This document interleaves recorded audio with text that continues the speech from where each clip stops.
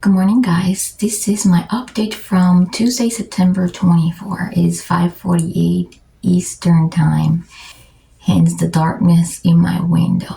So the reason I wanted to make this video was because I feel like there are some conflicting things in this case.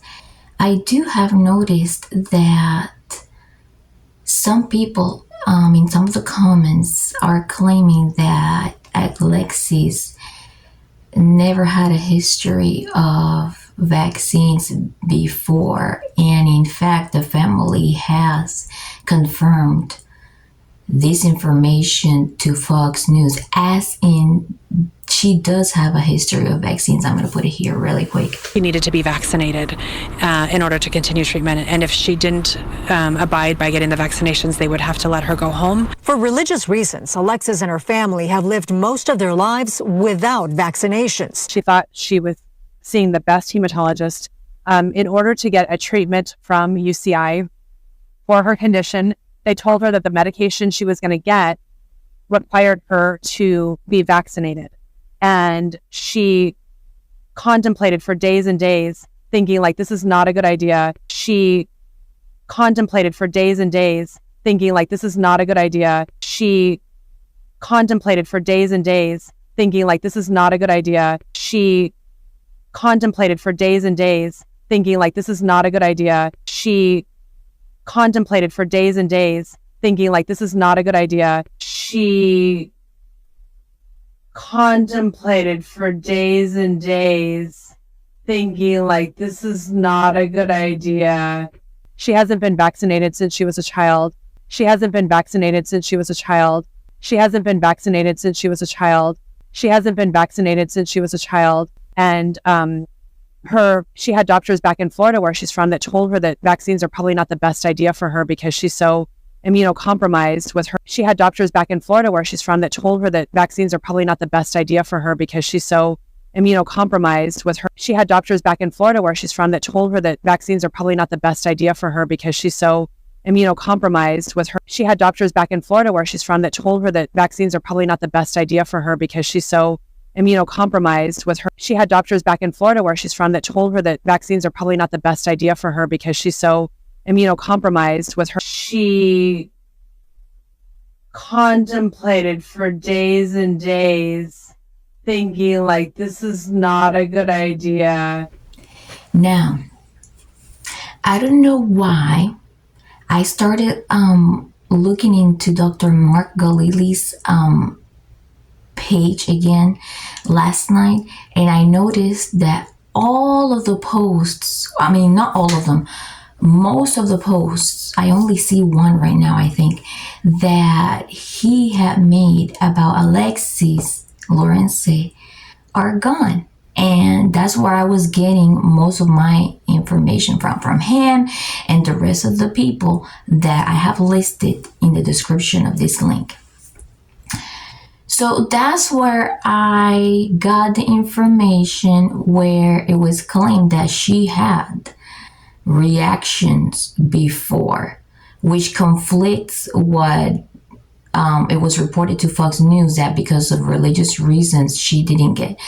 I do have heard also in the comments, I'm not saying this, I also have heard in the comments that Alexis' father, it's not that he had a religious background which made him be anti-vaccine. It may be more for political reasons, which may be a huge concern for other people that are thinking about donating, because some of these commenters are saying that they're scared to donate because it is going to be more for a legal action which may not go anywhere, and instead they should actually use those funds, for her betterment and recovery. But like I said, there are some commenters that are concerned about that.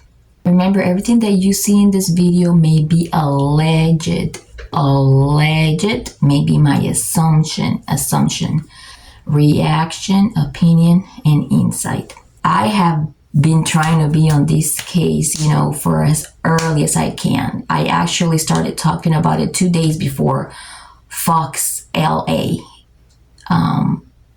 broke the news. Another concern is I really don't think we should be focusing in a lawsuit against the hospital, and I'm going to explain now exactly why. That hospital, like I explained in my last video, is, if you Google it, or just a quick Google search, is a research hospital. What does that mean? I believe that means it's an experimental and trial hospital that works with doctors that are working with experimental things, trial things. Okay, my concern here is that Alexis planned, this was not an ER facility. Alexis planned to travel to this hospital, which means it took time. It took a little time. I'm not sure how much time. She took a plane, regardless of whether she was told or not that she had to take 3 vaccines. She ultimately, that's the issue here, she extended her arm. That is the thing. And that is enough for consent for the hospital to show that she showed consent, and that's why I think if there's a lawsuit, it may not go anywhere, because Alexis had the time to research what kind of hospital and doctors she was getting involved with.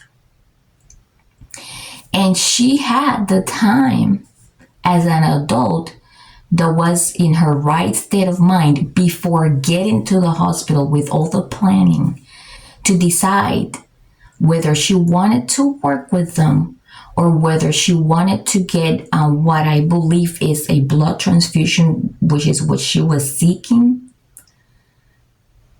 at a hospital that has a hematology department where she can get it. But a lot of people are saying also that she wanted to get a specific medicine there.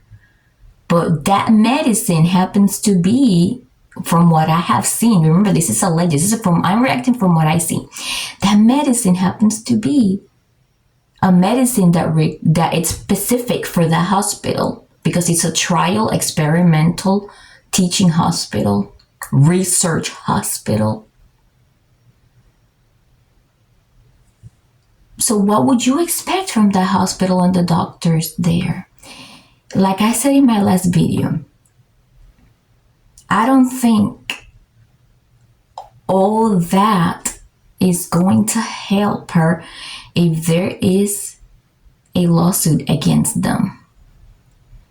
As an adult, she made the decision to plan to choose to work with a research hospital. There was no advocate there for her. There was nobody, which I am not understanding why none of her family and there were no nurses there to tell her, don't get that here. Let's go somewhere else for an emergency blood transfusion with the hematology department. Why nobody was there to do that? And so that puts a weight now on, in my opinion, right? Remember, this is alleged. I am not saying these are facts. Why? Nobody was there to tell her. So now this may weigh over her shoulders.